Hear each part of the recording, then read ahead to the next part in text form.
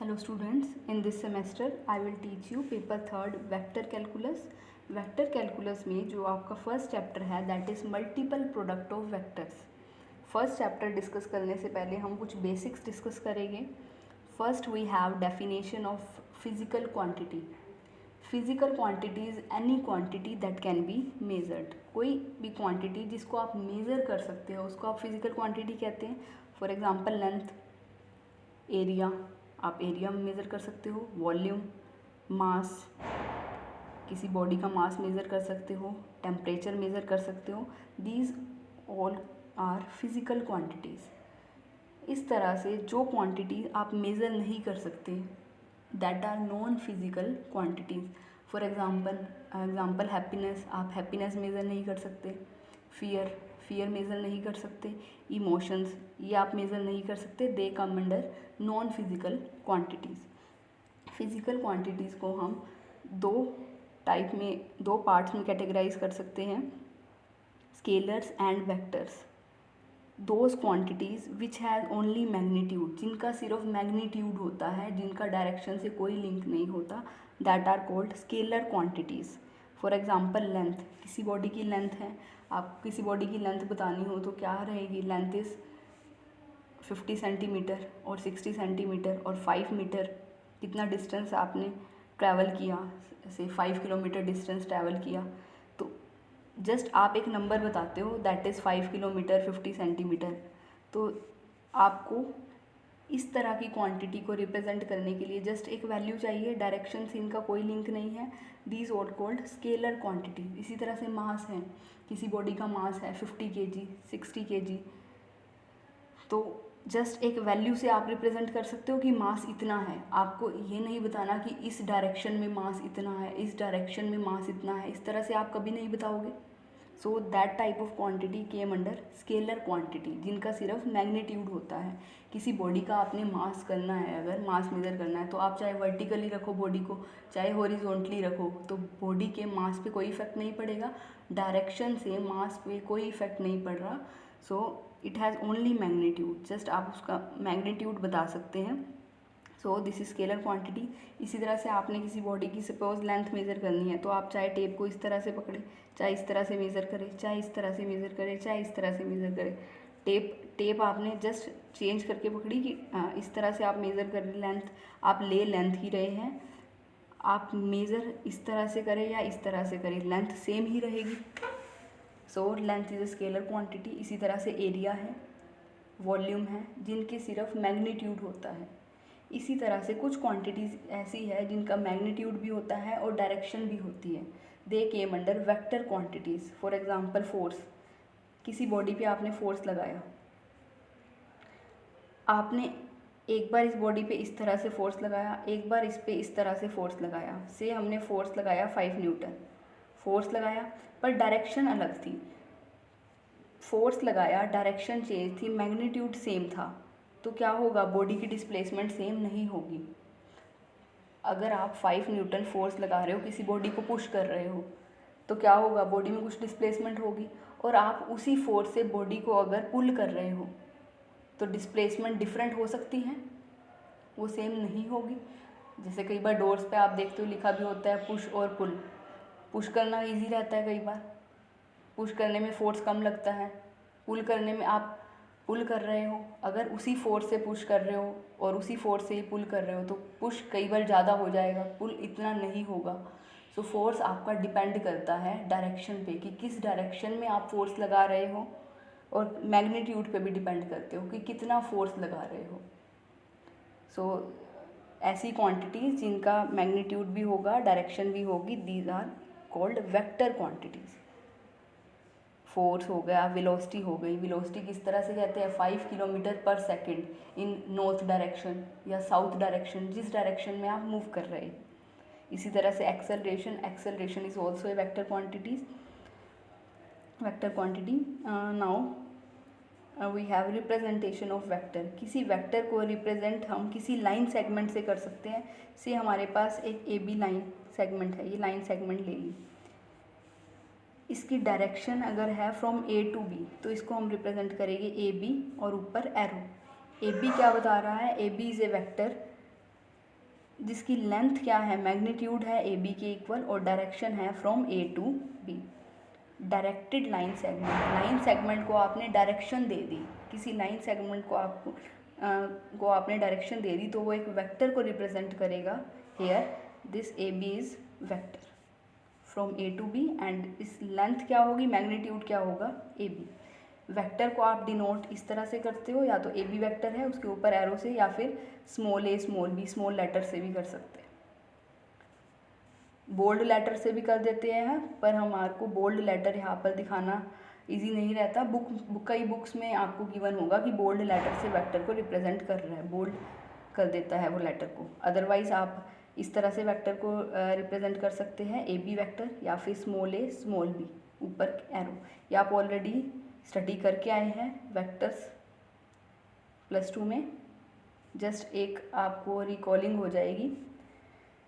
Next is position vector. किसी vector को आप इस तरह से लिख सकते हैं, सपोज किसी पॉइंट की पोजीशन है, कोई ऑब्जेक्ट है P, उसके कोऑर्डिनेट्स है XYZ, तो ये जो हमारा डिस्टेंस होगा, आप ओरिजिन से मेज़र करते हो, that is this R, this is called position vector. और इसको हम इस तरह से लिखते हैं XI + YJ + ZK। और I क्या होता है आपका unit vector along X axis, J is unit vector along Y axis and K is unit vector along Z axis. Unit vectors हम ऑलरेडी स्टडी करके आए हुए हैं। यूनिट वेक्टर्स इस तरह के वेक्टर्स जिनका मैग्नीट्यूड 1 होता है। यूनिट वेक्टर का मैग्नीट्यूड मींस लेंथ उनकी 1 रहती है और इसकी डायरेक्शन क्या है, एक्स एक्सिस के अलोंग है। इस वेक्टर के भी मैग्नीट्यूड 1 है और डायरेक्शन क्या है, वाई एक्सिस के अलोंग। इस वेक्टर की डायरेक्शन जेड एक्सिस के अलोंग है, मैग्नीट्यूड 1 है। और यूनिट वेक्टर को हम रिप्रेजेंट करने के लिए कैप का यूज़ करते हैं। This is I cap, J cap, K cap, ये स्टैंडर्ड ही है। These are unit vector along 3 perpendicular axis. Next is scalar product and vector product of 2 vectors. 2 vectors के ऊपर हमने स्केलर प्रोडक्ट और वेक्टर प्रोडक्ट डिफाइन करे हैं, हम उनको एक बार ब्रीफ में डिस्कस कर लेंगे। 2 वेक्टर्स ले लिए हमने, A vector and B vectors. A is a1i + a2j + a3k, b is b1i + b2j + b3k।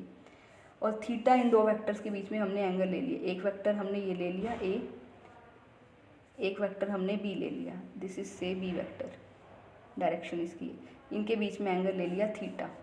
तो ए डॉट बी किस तरह से डिफाइन करते हैं, डॉट प्रोडक्ट या स्केलर प्रोडक्ट भी कह देते हैं। A dot B is magnitude of A का magnitude of vector B, B की लेंथ, वेक्टर ए की length, this is length of vector B, और cos theta, theta is angle between these 2 vectors. या फिर इस तरह से भी डिफाइन कर सकते हैं, 2 वेक्टर्स है ए और बी, उनका डॉट प्रोडक्ट रहेगा a1 b1 + a2 b2 + a3 b3। आपने आई वाले कॉम्पोनेंट को आई वाले के साथ मल्टीप्लाई करना है, a1 b1, जे वाले कॉम्पोनेंट को जे वाले के साथ, a2 b2, के वाले कॉम्पोनेंट को के वाले के साथ। अदरवाइज आप मल्टीप्लाई करोगे तो और टर्म्स वो 0 हो जाएगी, क्योंकि आई डॉट आई हमें पता है 1 रहता है, जे डॉट जे 1 रहता है, के डॉट के 1 रहता है, आई डॉट जे 0 हो जाता है, आई डॉट के 0 हो जाता है। आप जस्ट ये ध्यान रखेंगे कि 2 वेक्टर्स है अगर हमारे पास, उनका डॉट प्रोडक्ट इस तरह से डिफाइन होता है। या तो अगर एंगल गिवन हो तो इस तरह से लिख सकते हैं, अगर कॉम्पोनेंट वाइज गिवन है, ए वेक्टर के कॉम्पोनेंट गिवन है a1 a2 a3, B vector के कॉम्पोनेंट गिवन है, तो डॉट प्रोडक्ट इस तरह से आ जाएगा। Just next we have vector product of 2 vectors. A और बी 2 वेक्टर्स है, उसी तरह से डिफाइन किए। ए क्रॉस बी क्या रहता है, मैग्नीट्यूड ऑफ ए वेक्टर की लेंथ, मैग्नीट्यूड हम डिनोट करते हैं इस मॉडुलस से, मॉडुलस लगा देते हैं, ए वेक्टर की लेंथ बताएगा ये। This is length of B vector and this is sine theta, theta is angle between these 2 vectors. A dot B क्या था, यहाँ पर साइन कोस थीटा था और यहाँ पर जस्ट साइन थीटा है। या फिर कॉम्पोनेंट फॉर्म में लिखना है तो ए क्रॉस बी को हम इस तरह से लिख सकते हैं, आई जे के a1 a2 a3, A vector के कॉम्पोनेंट, बी वेक्टर के कॉम्पोनेंट b1 b2 b3। आप ये डिटर्मिनेंट को सॉल्व कर लोगे तो ये डिटर्मिनेंट जो आपको दे देगा that is A cross B, वो 2 वेक्टर्स का क्रॉस प्रोडक्ट आएगा। अभी तक हमने 2 वेक्टर्स के डॉट प्रोडक्ट और क्रॉस प्रोडक्ट, स्केलर प्रोडक्ट और वेक्टर प्रोडक्ट डिस्कस किए हैं।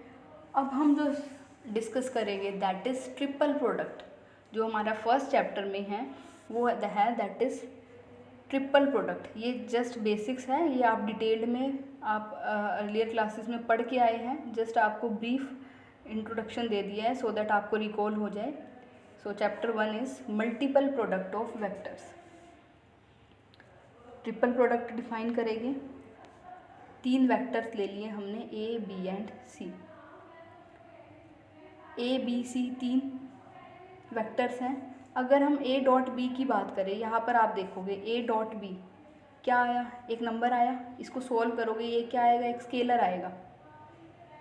ए डॉट बी जब आप कैलकुलेट करोगे एक नंबर आएगा, और जब आप ए क्रॉस बी कैलकुलेट करोगे, ए क्रॉस बी क्या आएगा, A2 B3 minus A3 B2i, इस तरह से आएगा। सिमिलरली और टर्म्स आएगी, डिटर्मिनेंट आपने इवैल्यूएट करना है। तो आप ये देख रहे हो ये एक वेक्टर आएगा, किस तरह का आ रहा है, समथिंग इंटू आई प्लस समथिंग इंटू जे प्लस समथिंग इंटू के, इस तरह का आ रहा है। अभी हम इसको एक्सपेंड करके दिखाएंगे। ये जो भी एक्सप्रेशन आएगा इस तरह का आएगा, कुछ वैल्यू, कुछ कांस्टेंट इंटू आई प्लस सम कांस्टेंट इंटू जे प्लस सम वैल्यू इंटू के, इस तरह का आएगा। मीन्स ए क्रॉस बी एक वेक्टर आएगा और ए डॉट बी क्या आएगा, एक स्केलर आएगा, जस्ट एक नंबर आ रहा है। नाउ अब हम बात करते हैं ट्रिपल प्रोडक्ट की। ए बी सी 3 वेक्टर्स है। हमने एक प्रोडक्ट डिफाइन किया ए क्रॉस बी डॉट सी। ये एक स्केलर आएगा और इसको हम कहते हैं स्केलर ट्रिपल प्रोडक्ट। 3 वेक्टर्स हैं। पहले हमने ए और बी को क्रॉस प्रोडक्ट किया, ए और बी का क्रॉस प्रोडक्ट किया। जब भी 2 वेक्टर का क्रॉस प्रोडक्ट करते हो तो क्या आता है, वेक्टर आता है। जो ये डॉट प्रोडक्ट है और क्रॉस प्रोडक्ट है हमने किसके लिए डिफाइन किए, वेक्टर्स के लिए। 2 वेक्टर्स का हम डॉट प्रोडक्ट कर सकते हैं, 2 वेक्टर्स का हम क्रॉस प्रोडक्ट कर सकते हैं। और हमने देखा 2 वेक्टर्स का डॉट प्रोडक्ट एक स्केलर आता है और 2 वेक्टर का क्रॉस प्रोडक्ट हम जब फाइंड आउट करते हैं तो वो एक वेक्टर आता है। अब यहाँ पर ए और बी 2 वेक्टर है, इनका क्रॉस प्रोडक्ट किया, ये एक क्या आएगा, एक वेक्टर आएगा। किसी वेक्टर का दूसरे वेक्टर के साथ हम डॉट प्रोडक्ट कर सकते हैं। सबसे पहले तो हम देखेंगे जो हमने लिखा है क्या वो डिफाइन है या नहीं है। ए और बी 2 वेक्टर है, 2 वेक्टर का क्रॉस प्रोडक्ट किया ए क्रॉस बी, ये एक वेक्टर आएगा। तो एक ये नया वेक्टर मिल गया हमें, दिस इज़ वन वेक्टर, ये एक वेक्टर है, ये दूसरा वेक्टर है। 2 वेक्टर्स का डॉट प्रोडक्ट हम डिफाइन कर सकते हैं। डॉट प्रोडक्ट डिफाइन किया और 2 वेक्टर्स का अगर आप डॉट प्रोडक्ट करते हो तो जो वैल्यू आती है वो क्या आती है, एक स्केलर आता है, एक कांस्टेंट आता है। सो जो वैल्यू आएगी वो एक स्केलर आएगी, इसीलिए इसको हम कहते हैं स्केलर ट्रिपल प्रोडक्ट। 3 वेक्टर्स का हमने प्रोडक्ट डिफाइन किया और वो value I scalars and this is called scalar triple product. अगर हम इसकी बात करते हैं इस तरह की, तो क्या ये डिफाइन होता, या हमने क्या लिखा, A dot B cross C. A vector है, बी वेक्टर है, 2 वेक्टर्स का डॉट प्रोडक्ट लेंगे तो क्या आता है, स्केलर आता है। 2 वेक्टर्स का डॉट प्रोडक्ट लिया, स्केलर आ गया। अब ये एक स्केलर हो गया, ये एक वेक्टर हो गया। स्केलर और वेक्टर का क्रॉस प्रोडक्ट डिफाइन नहीं होता। हमने जो डिफाइन किया है ऊपर स्केलर प्रोडक्ट या वेक्टर प्रोडक्ट वो 2 वेक्टर्स के लिए किया है, तो ये चीज़ तो डिफाइन ही नहीं होगी, क्योंकि ए डॉट बी एक स्केलर आएगा। जब भी 2 वेक्टर का डॉट प्रोडक्ट लोगे एक स्केलर आएगा, ये एक स्केलर है, ये एक वेक्टर है। क्रॉस प्रोडक्ट 2 वेक्टर्स के बीच में डिफाइन होता है, एक स्केलर और एक वेक्टर के बीच में नहीं होता। सो ये डिफाइन नहीं होगा। तो जो भी हम लिखेंगे पहले हम चेक करेंगे वेदर इट इज़ डिफाइंड और not. So it is defined and this is called scalar triple product. और इसको हम इस तरह से भी डिफाइन करते हैं, square bracket A vector B vector C vector, ये लिख दे या फिर ये लिख दे, सेम ही बात है। इसकी मीनिंग है स्केलर ट्रिपल प्रोडक्ट। और इस तरह का प्रोडक्ट हम डिफाइन करते हैं, ये एक वेक्टर आता है and this is called vector triple product. A cross B, A vector है बी वेक्टर है, इनका क्रॉस करेंगे तो एक वेक्टर आएगा, 2 वेक्टर्स का क्रॉस वेक्टर होगा, ये एक वेक्टर है, ये एक और वेक्टर है। 2 वेक्टर्स के बीच में क्रॉस हम डिफाइन कर सकते हैं। और ये एक वेक्टर है, ये दूसरा वेक्टर है, ये इनका क्रॉस है। 2 वेक्टर का क्रॉस क्या आता है, एक वेक्टर आता है। सो this is called vector triple product. Next form इसकी स्टडी करेंगे, determinant form of scalar triple product. Scalar triple product हमने डिफाइन कर लिया, 3 वेक्टर्स गिवन हो तो ये हमारा स्केलर ट्रिपल प्रोडक्ट रहता है, A cross B dot C. तीन वेक्टर्स हमने ले लिए। Let A vector is a1i plus a2j plus a3k, B vector is b1i plus b2j plus b3k and vector C is c1i plus c2j plus c3k। और I J K यहाँ पर unit vector है along 3 perpendicular axis. अब यहाँ पर ए cross B की बात करें, अगर हम vector A cross vector B इस तरह से डिफाइन कर सकते हैं। A cross B, A vector के कंपोनेंट लिख दिए, बी वेक्टर के कंपोनेंट लिख लिए। अब हमने क्या कर इसको एक्सपेंड कर दिया। This is a2b3 minus a3b2i। अब जे वाला लेंगे, this is a1b3 minus a3b1 J, minus का साइन आता है जब डिटर्मिनेंट इवेल्युएट करते हैं, k into a1b2 that is this minus a2b1 k। अब ये हमने A cross B find out कर दिया। हमें चाहिए scalar triple product and scalar triple product is A cross B dot C. ये ए क्रॉस बी आ गया, ये सी वेक्टर है, C vector is c1i plus c2j plus c3k। तो यहाँ पर हमने A cross B dot C compute कर लिया। जब डॉट प्रोडक्ट कंप्यूट करोगे, एक वेक्टर ये है, अब आप ये देख रहे हो ए क्रॉस बी, दो वेक्टर्स का क्रॉस प्रोडक्ट आया, वो एक वेक्टर आ गया, एक वेक्टर आ गया आई जे के की टर्म्स में। नाउ अब एक ये वेक्टर है, एक ये वेक्टर है, इनका हम अगर डॉट प्रोडक्ट डिफाइन करें, अब हम दो वेक्टर्स का डॉट प्रोडक्ट डिफाइन कर सकते हैं। एक वेक्टर ये है, एक वेक्टर ये है। डॉट प्रोडक्ट के लिए क्या करते हो आप, आई वाले कंपोनेंट को आई वाले कंपोनेंट के साथ मल्टीप्लाई कर लोगे, that is this into c1, this into c1। Next आपका ये component minus a1b3 minus a3b1 into c2, next a1b2 minus a2b1 into c3। ये आपने डॉट प्रोडक्ट फाइंड आउट कर लिया। नाउ इसको इस तरह से लिख सकते हैं, आप डायरेक्टली लिख सकते हो। इसको हम इस तरह से लिख सकते हैं डिटर्मिनेंट की फॉर्म में, क्योंकि जब आप ये डिटर्मिनेंट ओपन करोगे तो ये क्या आएगा, c1 into a2b3 minus a3b2 minus c2 into, ये स्किप करोगे, a1b3 माइनस a3b1, ऐसे ही c3 into a1b2 minus a2b1। ये तो इसको हम लिख सकते हैं दिस डिटर्मिनेंट। अब इसको हमने ये डिटर्मिनेंट की फॉर्म में लिख दिया। अगर हम डिटर्मिनेंट के किसी दो रोज़ को इंटरचेंज कर दें तो एक नेगेटिव साइन आता है। प्रॉपर्टीज़ हम ऑलरेडी स्टडी कर चुके हैं डिटर्मिनेंट की। हमने यहाँ पर फर्स्ट और सेकंड रो को इंटरचेंज कर दिया तो ये एक माइनस का साइन आ गया। इसी तरह से एक रो को हमने और इंटरचेंज कर दिया, सेकंड रो को थर्ड रो से इंटरचेंज कर दिया तो एक माइनस का साइन और आ गया, तो वो माइनस माइनस हो गए प्लस। तो हमारा जो ए क्रॉस बी डॉट सी है ये हमारा स्केलर ट्रिपल प्रोडक्ट है। इसकी नोटेशन ये भी है, इसको इस तरह से भी लिख सकते हैं। ये हमारा आ गया equal to this a1 a2 a3 b1 b2 b3 c1 c2 c3। Means तीन वेक्टर्स का scalar triple product find out करना है तो आप इस तरह से कंप्यूट कर सकते हैं। पहले वेक्टर 1 के कंपोनेंट लिख दिए, देन वेक्टर 2 के, देन वेक्टर 3 के, उनका डिटर्मिनेंट कंप्यूट कर लेंगे तो वो आ जाएगा स्केलर ट्रिपल प्रोडक्ट। कुछ प्रॉपर्टीज़ है स्केलर ट्रिपल प्रोडक्ट की। फर्स्ट प्रॉपर्टी है scalar triple product is not change if the cyclic order of vector is maintained and changes its value in sign only if two are interchange.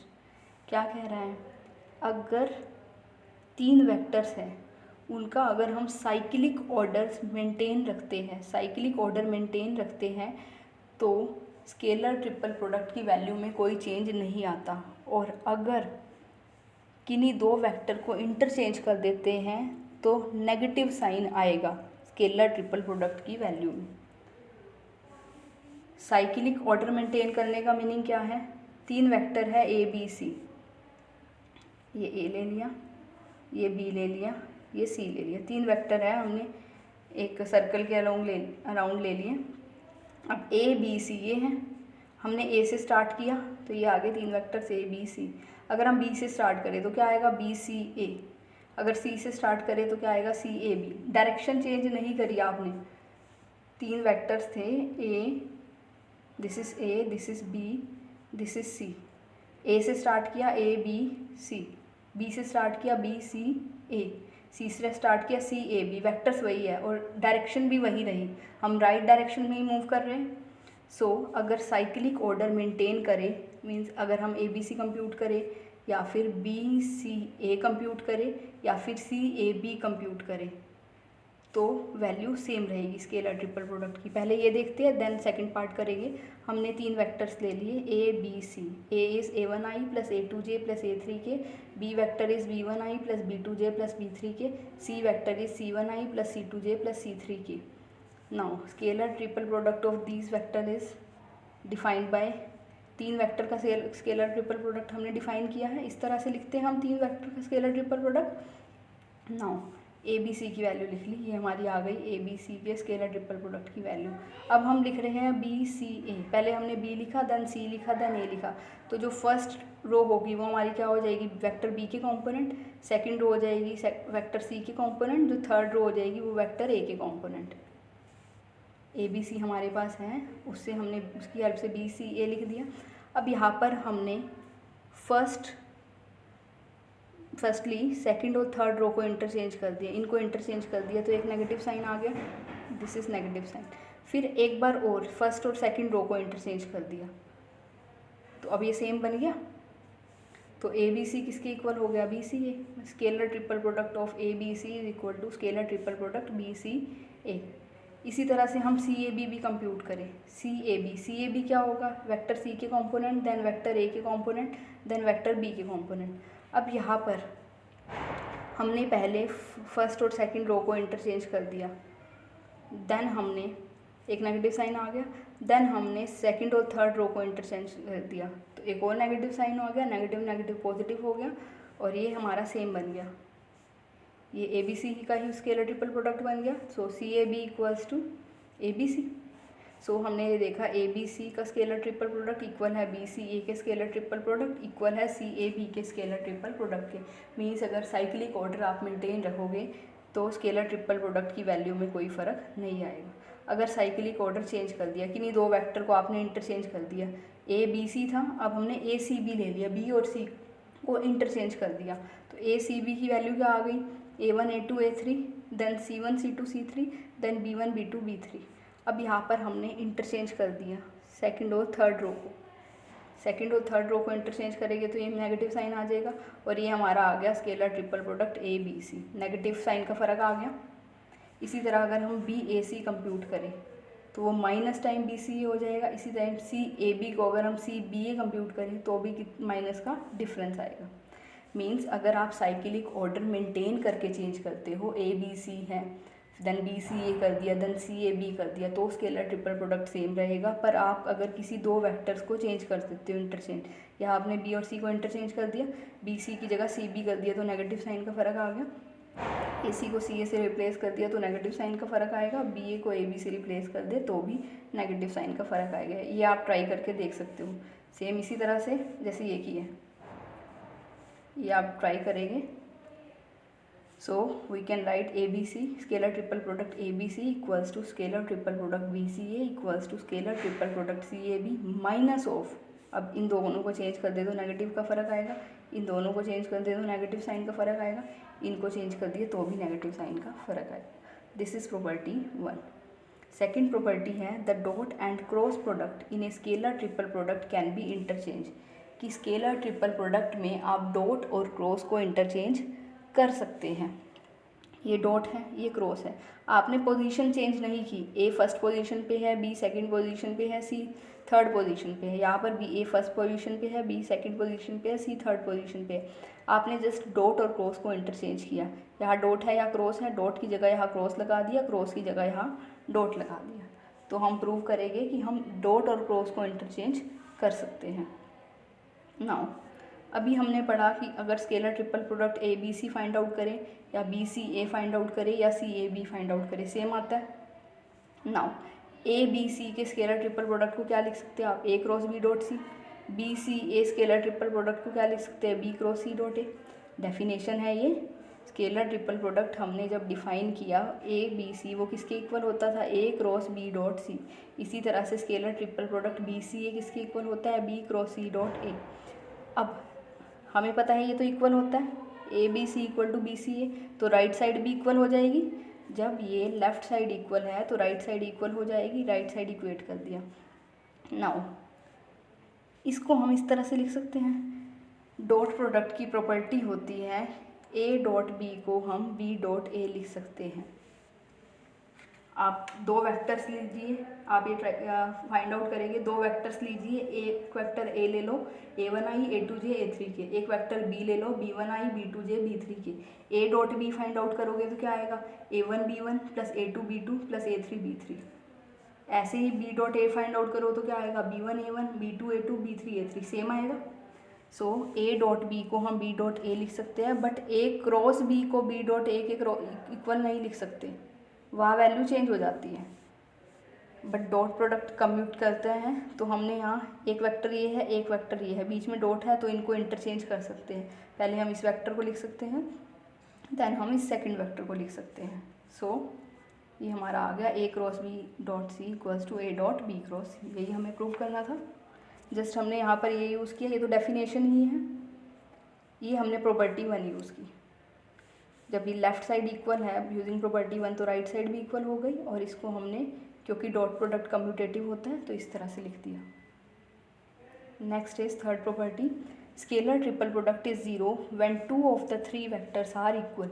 अगर scalar triple product में 3 में से 2 vector equal हो जाए तो scalar triple product 0 हो जाता है। ये हम शो करेंगे। हमने कंसीडर कर लिया स्केलर ट्रिपल प्रोडक्ट ए सी। अभी तक हम ले रहे थे ए बी सी, दो वेक्टर्स हमने सेम ले लिए, बी वेक्टर को ले लिया ए वेक्टर के इक्वल, तो ए सी क्या होगा, a1 a2 a3, then a1 a2 a3 A vector के कंपोनेंट, देन सी वेक्टर के कंपोनेंट c1 c2 c3। अब डिटर्मिनेंट की प्रॉपर्टी है कि अगर डिटर्मिनेंट में दो रोज आइडेंटिकल हो जाती है तो डिटर्मिनेंट 0 हो जाता है। सो ये क्या आ गया, 0। इस तरह से भी कर सकते हैं डेफिनेशन से, ये तो हमने डिटर्मिनेंट फॉर्म से किया। इस तरह से A B scalar triple product है, डेफिनेशन से इसको क्या लिख सकते हैं, A cross A dot B, और ए क्रॉस ए क्या होता है, 0। किसी वेक्टर का सेम वेक्टर के साथ क्रॉस प्रोडक्ट क्या होता है, 0। आपने ए क्रॉस बी डिफाइन किया था, क्या होता है, इस पे एरो लगाया गया साइन थीटा, इस तरह से रहता है ए क्रॉस बी। अब ए क्रॉस ए है, बी की जगह ए है, ए क्रॉस ए क्या हो जाएगा, ए क्रॉस ए सेम वेक्टर है, सेम वेक्टर के बीच में एंगल क्या होता है, एंगल थीटा होता है, एंगल बिटवीन टू वेक्टर्स। अगर दो वेक्टर ए और बी है तो थीटा एंगल होता है उनके बीच में, ये ए वेक्टर है ये बी वेक्टर है तो थीटा इज एंगल। अब यहाँ पर दो वेक्टर सेम है तो थीटा क्या हो जाएगा, 0। ए क्रॉस ए में दो वेक्टर सेम है, सेम वेक्टर्स के बीच में एक वेक्टर ये है दूसरा वेक्टर यही है, दो वेक्टर्स के बीच में एंगल, सेम वेक्टर के बीच में एंगल 0 रहता है, तो ए क्रॉस ए क्या आ जाएगा, 0, बिकॉज साइन 0 इज 0। यहाँ पर आप जहाँ हमने ये डिफाइन किया है that is this, A cross A find out करोगे, ए क्रॉस ए यहाँ ए आ जाएगा, यहाँ ए आ जाएगा, थीटा 0 आ जाएगा, साइन 0 इज 0, तो ए क्रॉस ए क्या आ जाएगा, 0।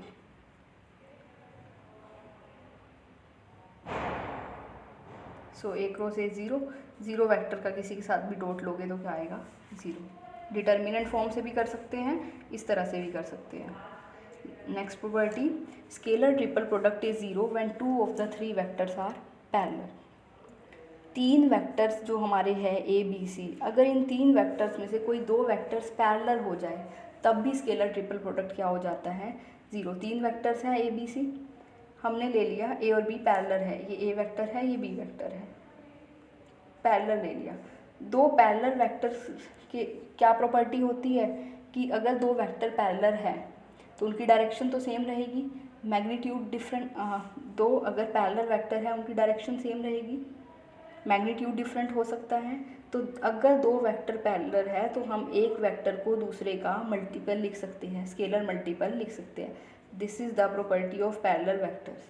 आप वेक्टर्स के टाइप ऑलरेडी स्टडी करके आए हुए हैं, तो हम यहाँ डायरेक्ट लिख रहे हैं ए और बी पैरेलल वेक्टर है तो वेक्टर बी को हम लिख सकते हैं some multiple of vector A. Now B is b1i plus b2j plus b3 K and A is a1i plus a2j plus a3 K. यहाँ से b1 की वैल्यू आ गई लैम्डा a1, आप कंपेयर कर सकते हो। b1 i का कोफिशिएंट देखो, यहाँ b1 है, यहाँ पर i का कोफिशिएंट है लैम्डा a1, यहाँ j का कोफिशिएंट b2 है, यहाँ पर j का कोफिशिएंट लैम्डा a2 है, यहाँ k का कोफिशिएंट b3 है, यहाँ पर लैम्डा a3 है। सो b1 b2 b3 की आपने वैल्यू निकाल ली, क्योंकि पैरेलल थे तो जो डिफरेंस रहेगा वो एक स्केलर का रहेगा वेक्टर्स में। Now scalar triple product A B C is A1 A2 A3 B1 B2 B3 C1 C2 C3। B1 को हमने लिख दिया लैम्डा A1, B2 को लिख दिया लैम्डा A2, B3 को लिख दिया लैम्डा A3। लैम्डा कॉमन कर लिया, so this is A1 A2 A3, then again A1 A2 A3, then C1 C2 C3। अब ये दो वेक्टर्स कैसे हैं, इक्वल हैं। डिटर्मिनेंट की दो रोज क्या है, सेम है, तो वैल्यू क्या आ जाएगी डिटर्मिनेंट की, 0। सो अगर स्केलर ट्रिपल प्रोडक्ट में दो वेक्टर्स पैरेलल हो जाए उस केस में भी स्केलर ट्रिपल प्रोडक्ट 0 हो जाता है। एंड अगर दो वेक्टर इक्वल हो जाए, थर्ड प्रॉपर्टी ये थी, तब भी हमारा स्केलर ट्रिपल प्रोडक्ट 0 हो जाता है। एक प्रॉपर्टी हमने ये स्टडी की कि स्केलर ट्रिपल प्रोडक्ट में हम डॉट और क्रॉस को इंटरचेंज कर सकते हैं। और जो फर्स्ट प्रॉपर्टी थी दैट इज़ अगर स्केलर ट्रिपल प्रोडक्ट में साइक्लिक ऑर्डर मेंटेन रहे तो वैल्यू सेम रहेगी, और अगर वैल्यूज़ को इंटरचेंज कर दिया तो जो डिफरेंस आएगा वो एक नेगेटिव साइन का आएगा, साइन का है।